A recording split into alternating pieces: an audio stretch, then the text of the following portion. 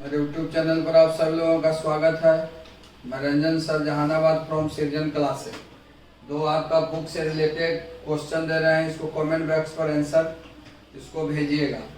The last addition of leaves of grass was published in. Leaves of grass का अंतिम संस्करण प्रकाशित हुआ है ना 1891, 1893, 1892 के नाम ऑफ द इनमें से कोई नहीं। दूसरा, Jordans wife name was, Jordan की पत्नी का नाम था एन मोरे, एन अदा, मिल्टन या फ्लोरेंस। ये दोनों क्वेश्चन को सोल्व करके इसका आंसर कमेंट बॉक्स पर सेंड कीजिएगा, इसको नोट कीजिए।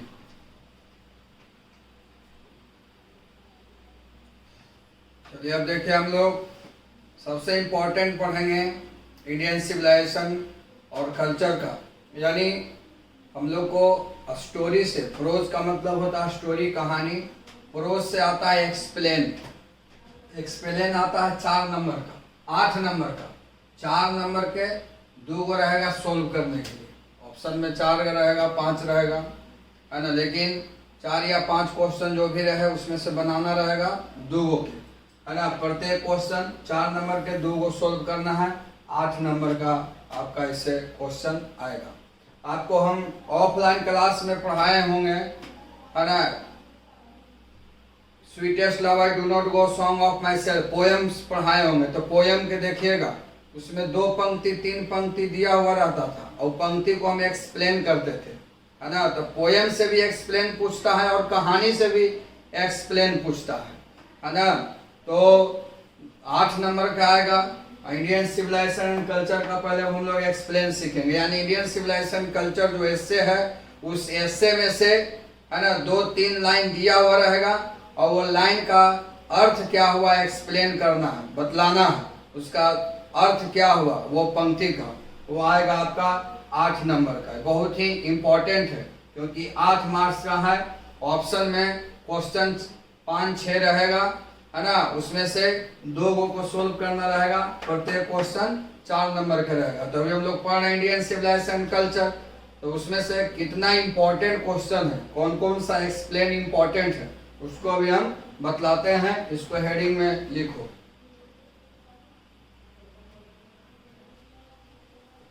चलिए, इंडियन सिविलाइजेशन कल्चर का एक्सप्लेन हम लोग पढ़ रहे हैं 8 मार्क्स का, जिसमें पहला क्वेश्चन आपका इंपॉर्टेंट है 2022 के लिए। देखिए 3 स्टार है। 3 स्टार वाला को हर हाल में आपको रट जाना है, याद कर लेना है। जो पिछले साल से जो पढ़ रहे हैं बहुत साल से, है ना, वो अपने भाई बहन से आप लोग पूछेगा कि 3 स्टार का मतलब रंजन सर बतलाते हैं उसका क्या इंपॉर्टेंस होता है। इसको अभी से आप लोग माइंड इट कर लीजिए, इसको अभी से रिमेम्बर कर लीजिए, हर हाल में इससे प्रश्न आएगा। तो देखिए हमारा पहला क्वेश्चन क्या है एक्सप्लेन का, कि the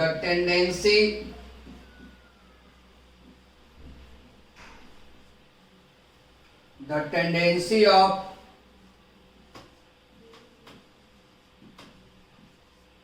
Indian civilization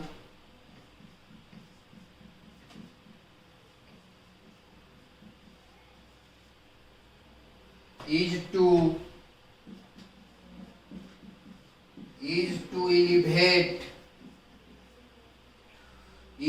elevate the moral being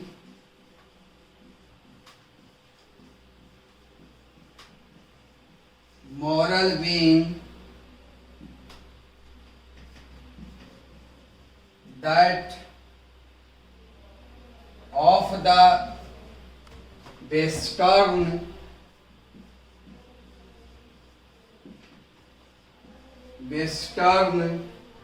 civilization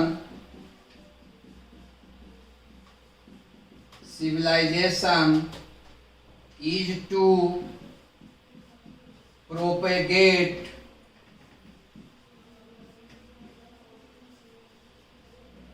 immorality.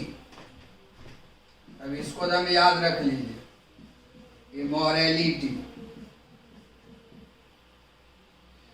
चलो अब इसका मतलब हुआ क्या, इसी को एक्सप्लेन करना है।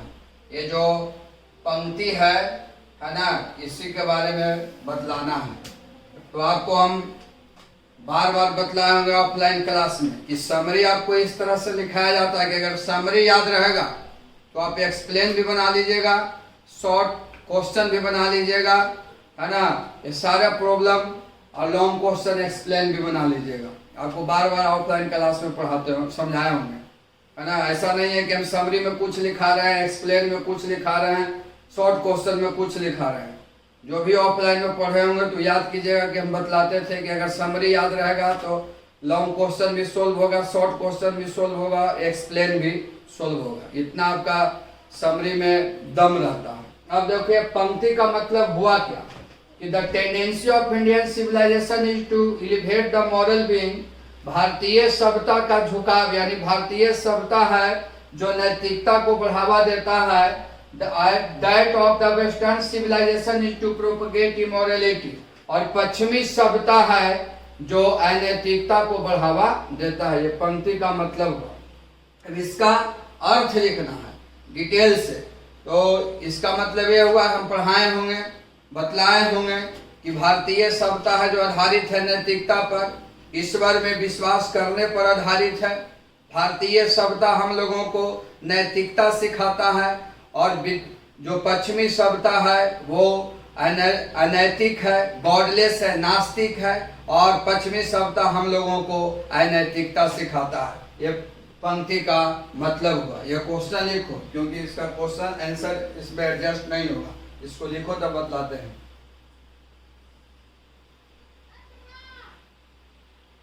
तो कहानी का या पोयम का एक्सप्लेन रहे, पहले दिए गए पंक्ति को पहले समझें कि वो कौन से चैप्टर था, उसका लेखक, लेखक, उसका राइटर कौन है। ये आपका लिखना बहुत इंपॉर्टेंस है। अब देखो यहां लिखेंगे these lines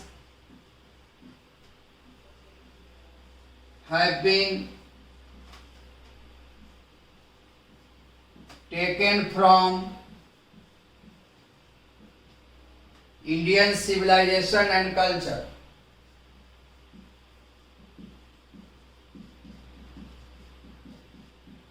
Indian civilization and culture।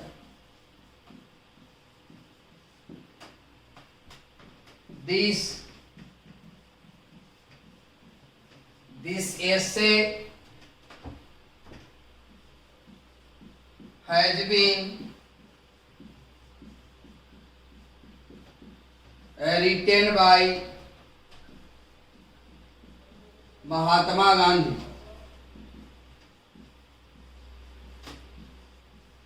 Mahatma Gandhi, he was a great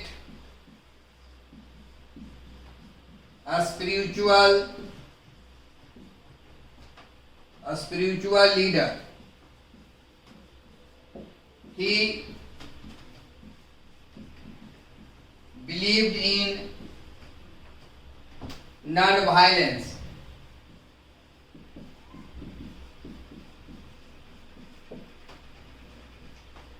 In this present lines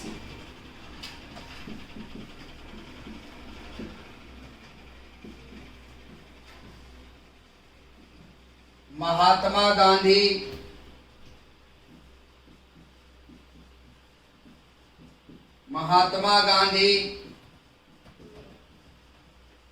says that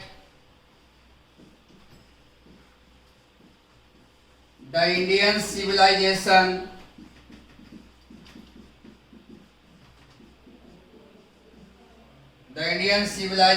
is based on morality। It is based on belief in God।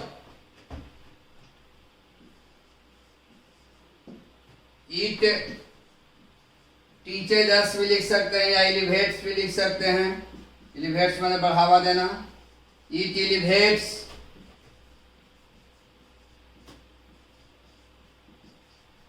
moral being On the other hand,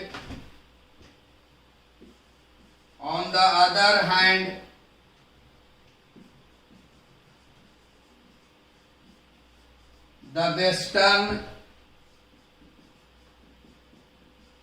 civilization is immoral and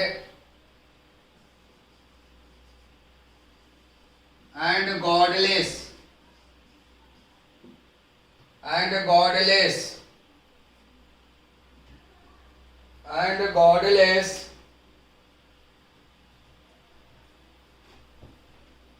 it, इसके बाद यहां लिखिएगा, it propagates,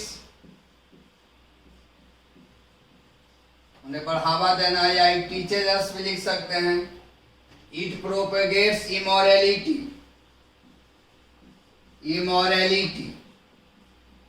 इसका answer हुआ। यहां पर हम देखो इलिवेट्स के जगह हम लिख सकते थे it teaches us moral being, यहाँ प्रोपगेट्स के जगह हम लिख सकते थे इट टीचेज अस इमोरलिटी, आपका समरी में लिखाए होंगे, है ना। अब ये पंक्ति का एक्सप्लेन हुआ। तो अब देखो यहाँ this lines have been taken from Indian civilisation and culture, ये पंक्तियां इंडियन सिविलाइजेशन एंड कल्चर, भारतीय सभ्यता और संस्कृति से लिया गया है। This essay has been written by Mahatma Gandhi, और यह एसे निबंध लेख महात्मा गांधी के द्वारा लिखा गया है। अब आपको हम पढ़ाए हैं कि इंडियन सिविलाइजेशन कल्चर एक एसे है। He was a great spiritual leader, और वह एक महान आध्यात्मिक नेता थे।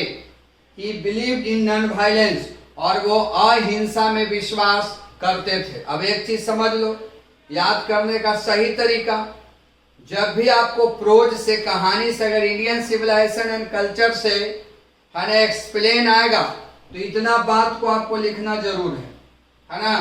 इतना बात को ये आपका फॉर्मेट हो गया कि अगर इंडियन सिविलाइजेशन कल्चर प्रोज से, कहानी से एक्सप्लेन पूछता है, तो इसको इतना लिखना अनिवार्य है। इतना लिखना आपको हेडिंग है, समझो कि फॉर्मेट हो गया।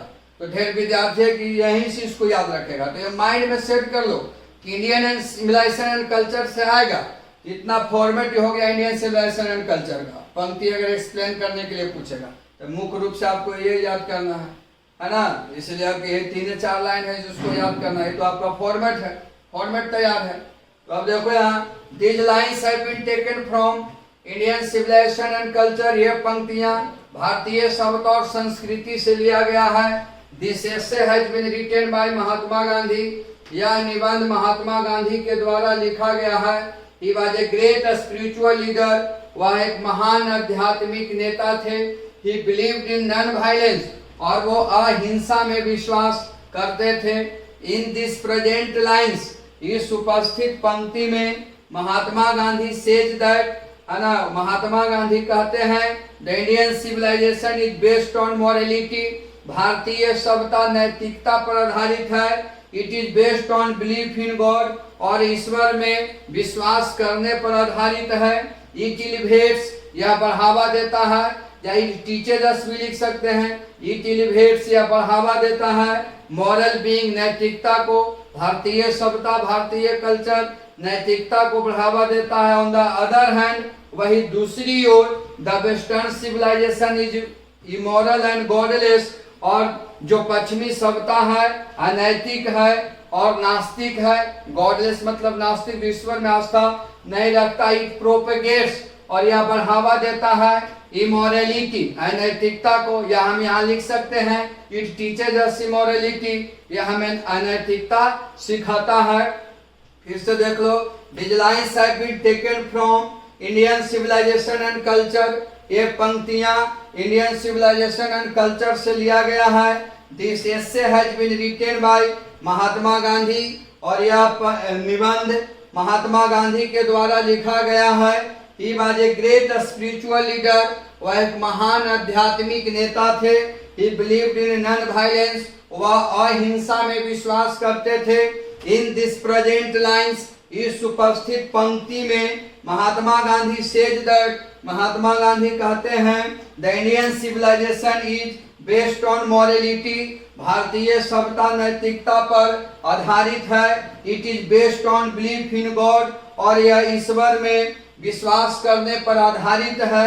इट एलिवेट्स, यानी भारतीय सभ्यता, इट एलिवेट्स, यह बढ़ावा देता है मॉरल बीइंग, नैतिकता को। ऑन द अदर हैंड, वहीं दूसरी ओर the western civilisation is immoral, जो पश्चिमी सभ्यता है अनैतिक है, एंड गॉडलेस, नास्तिक है। इट प्रोपोगेट्स, यानी पश्चिमी सभ्यता प्रोपोगेट्स, बढ़ावा देता है इमोरलिटी, अनैतिकता को। These lines have been taken from Indian civilization and culture, ये पंक्तियां भारतीय सभ्यता और संस्कृति से लिया गया है। This essay has been written by महात्मा गांधी, यह निबंध महात्मा गांधी के द्वारा लिखा गया है।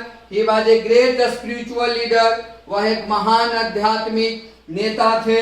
He believed in non-violence, वह अहिंसा में विश्वास करते थे। इन दिस प्रेजेंट लाइन्स, इस उपस्थित पंक्ति में महात्मा गांधी सेज दैट, महात्मा गांधी कहते थे the Indian civilization is based on morality, भारतीय सभ्यता नैतिकता पर आधारित है। It is based on belief in God, और यह ईश्वर में विश्वास करने में आधारित है। इट एलिवेट्स, यह बढ़ावा देता है, यानी भारतीय सभ्यता और संस्कृति यह बढ़ावा देता है मॉरल बीइंग, नैतिकता का। ऑन द अदर हैंड, वही दूसरी ओर द वेस्टर्न सिविलाइजेशन, पश्चिमी सभ्यता इज इमोरल, अनैतिक है, एंड गॉडलेस, नास्तिक है। इट प्रोपगेट्स, और यह बढ़ावा देता है या इसका झुकाव है इमोरलिटी, अनैतिकता की ओर। अब देखो, यानी पश्चिमी सभ्यता हम लोगों को अनैतिकता को बढ़ावा देता है, भारतीय सभ्यता नैतिकता को बढ़ावा देता है। यहाँ एक लाइन और सुंदर देखने के लिए एक लाइन और लिख सकते हैं कि the lines are remarkable for describing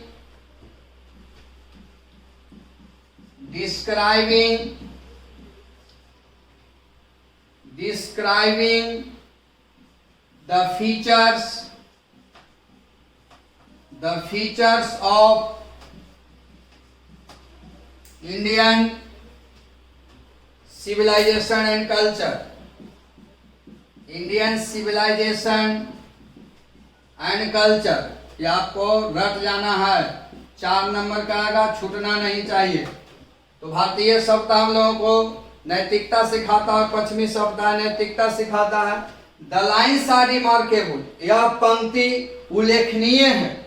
for describing, वर्णन करने के लिए। The features of Indian civilisation and culture, भारतीय सभ्यता और संस्कृति के महत्व को वर्णन करने के लिए, है ना, यह पंक्तियां उल्लेखनीय हैं। जो भी हम पंक्ति जो वर्णन किए हैं, ये दिए गए सभी पंक्ति भारतीय सभ्यता और संस्कृति को वर्णन करने के लिए, है ना। द फीचर ऑफ इंडियन मतलब भारतीय सभ्यता और संस्कृति के महत्व को वर्णन करने के लिए ये दिए गए पंक्ति है जो उल्लेखनीय है। द लाइन्स आर रिमार्केबल, यह पंक्तियां, है ना, द लाइन्स आर रिमार्केबल, पंक्तियां उल्लेखनीय है। फॉर डिस्क्राइबिंग, वर्णन करने के लिए।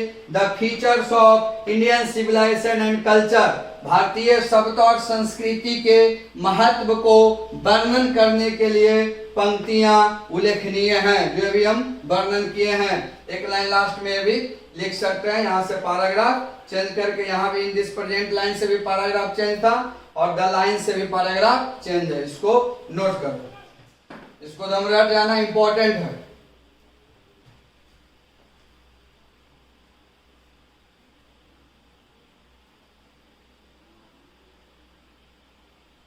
दूसरा इसका देखो एक्सप्लेन, दूसरा क्वेश्चन है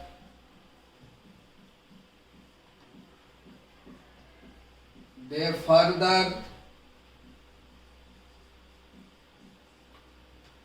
reason that large cities were a snare and useless encumbrance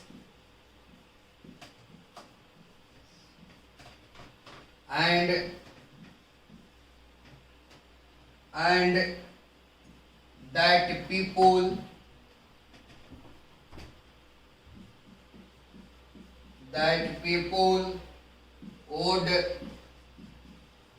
would not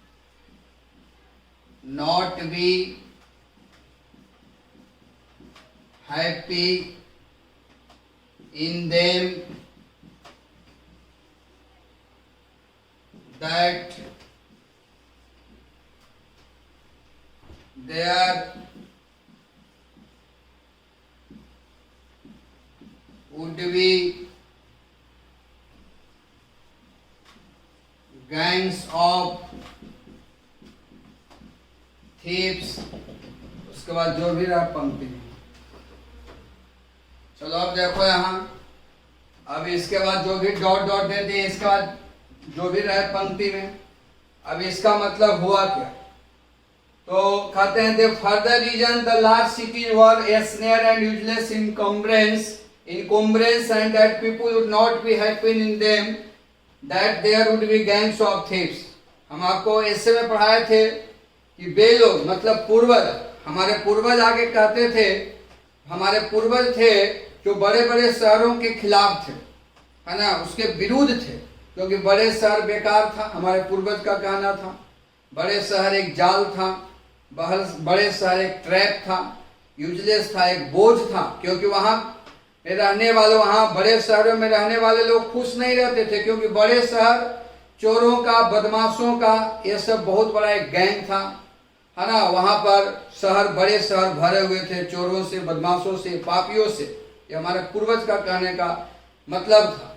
इसीलिए और वहां पर बड़े बड़े शहरों में गरीबों को रिच पर्सन के द्वारा शोषित किया जाता था, इसीलिए हमारे पूर्वज छोटे छोटे गांव से संतुष्ट थे। यह पंक्ति का मतलब हुआ। इसको क्वेश्चन को नोट करो, इसका हम आंसर बतलाते हैं।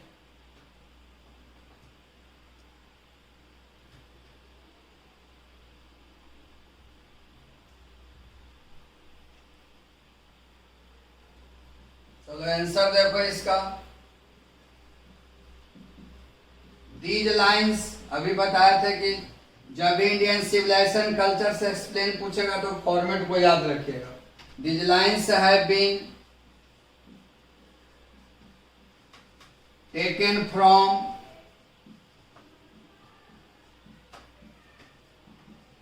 Indian civilisation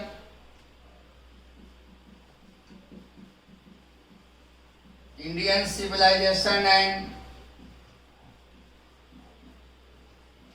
culture. This essay has been written by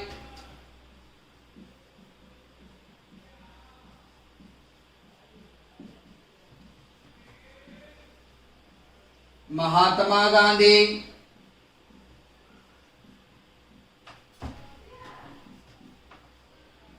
he was a great spiritual leader.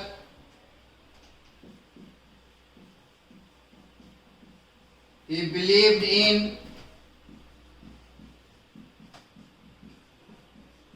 non-violence in the present lines। Paragraph यहां से चेंज है। Mahatma Gandhi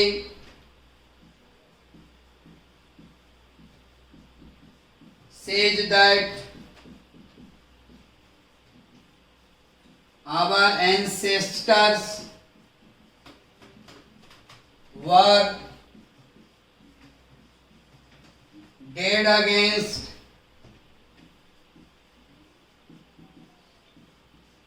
the large cities because the large cities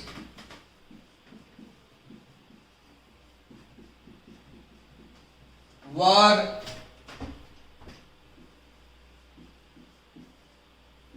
a snare,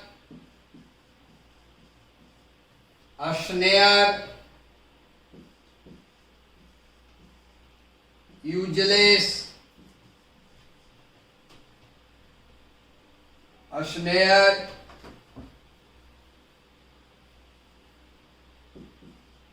useless, and encumbrance.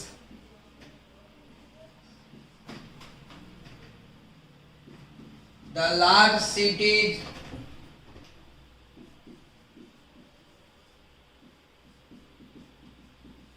are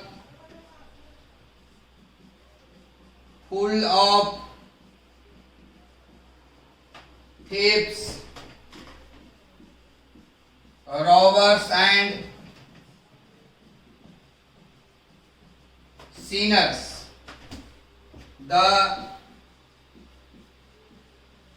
The poor are robbed by the rich. So अब देखिए आपका main चीज यही है, ये आपको शॉर्ट क्वेश्चन में भी लिखा है, कहानी में पढ़ा है, इतने याद रखना, ये तो आपका फॉर्मेट है यहां तक. So our ancestors were satisfied with a small village.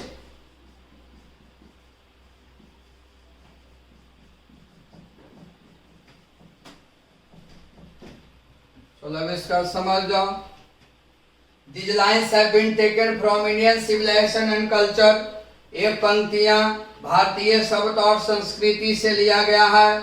This essay has been written by महात्मा गांधी. यह निबंध या लेख महात्मा गांधी के द्वारा लिखा गया है. He was a great spiritual leader. वह एक महान आध्यात्मिक नेता थे. He believed in non-violence. वह अहिंसा में विश्वास करते थे.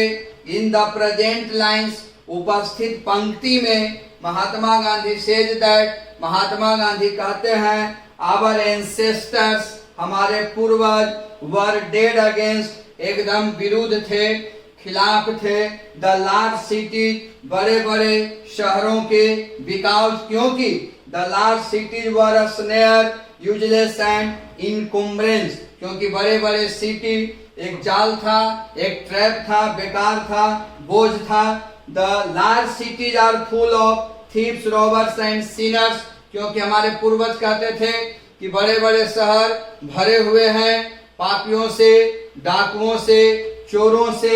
The poor are robbed by the rich, और गरीब लोग शोषित किए जाते हैं अमीर लोगों के द्वारा बड़े बड़े शहरों में. सो इसीलिए our ancestors, इसलिए हमारे पूर्वज were satisfied, संतुष्ट थे, with a small village, छोटे छोटे गांव से. फिर से देख लो. These lines have been taken from Indian civilization and culture. ये पंक्तियां भारतीय शब्द और संस्कृति से लिया गया है. This essay has been written by महात्मा गांधी. यह निबंध महात्मा गांधी के द्वारा लिखा गया है. He was a great spiritual leader. वह एक महान आध्यात्मिक नेता थे. He believed in non-violence. वह अहिंसा में विश्वास करते थे. In the present lines, इस उपस्थित पंक्ति में महात्मा गांधी says that, महात्मा गांधी कहते हैं, our ancestors were dead against the large city, कि हमारे पूर्वज विरुद्ध थे, खिलाफ थे, बड़े बड़े शहरों के खिलाफ थे। बिकॉज क्योंकि the large cities were snare, useless and encumbrance, क्योंकि बड़े बड़े शहर एक जाल था, बेकार था, बोझ था। क्योंकि the large cities are full of thieves, robbers and sinners, क्योंकि बड़े शहर भरे हुए हैं चोरों से, बदमाशों से, पापियों से। यानी बड़े शहर एक गैंग है, चोरों का, पापियों का, डाकुओं का। The poor are robbed by the rich, और गरीब लोग अमीर लोगों के द्वारा शोषित किए जाते हैं, ऐसा हमारे पूर्वज कहते थे। सो इसीलिए आवर एंसेस्टर्स, हमारे पूर्वज, were satisfied with a small village, इसलिए हमारे पूर्वज छोटे छोटे गांव से संतुष्ट थे। These lines have been taken from Indian civilization and culture. ये पंक्तियां भारतीय सभ्यता और संस्कृति से लिया गया है। This essay has been written by महात्मा गांधी, यह निबंध महात्मा गांधी के द्वारा, यह लेख महात्मा गांधी के द्वारा लिखा गया है। He was a great spiritual leader, वह एक महान आध्यात्मिक नेता थे। He believed in non-violence, वह अहिंसा में विश्वास करते थे। इन द प्रेजेंट लाइन इस उपस्थित, इन द प्रेजेंट लाइन इस उपस्थित पंक्ति में महात्मा गांधी सेज दैट, महात्मा गांधी कहते हैं आवर एंसेस्टर्स, हमारे पूर्वज, वर डेड अगेंस्ट, एकदम विरुद्ध थे, खिलाफ थे, द लार्ज सिटी, बड़े बड़े शहरों के खिलाफ थे। Because the large city were snare, क्योंकि बड़े शहर एक जाल था, है ना, ट्रैप था, यूजलेस, बेकार था, एंड इनकम्बरेंस, और बोझ था। क्योंकि the large cities are full of thieves, robbers and sinners, क्योंकि बड़े बड़े शहर भरे हुए हैं पापियों से, डाकुओं से, चोरों से। यानी बड़े बड़े शहरों में चोरों का, पापियों का, डाकुओं का गैंग है ना। The poor are robbed by the rich, और बड़े बड़े शहरों में हमारे पूर्वज कहते थे कि गरीब लोग शोषित किए जाते हैं अमीर लोगों के द्वारा। गरीब लोगों को सताया जाता है, प्रतिपालित किया जाता है, परेशान किया जाता है। सो इसीलिए आवर एंसेस्टर्स, इसीलिए हमारे पूर्वज वर सेटिस्फाइड, संतुष्ट थे, विथ अ स्मॉल विलेज, छोटे छोटे गांवों से।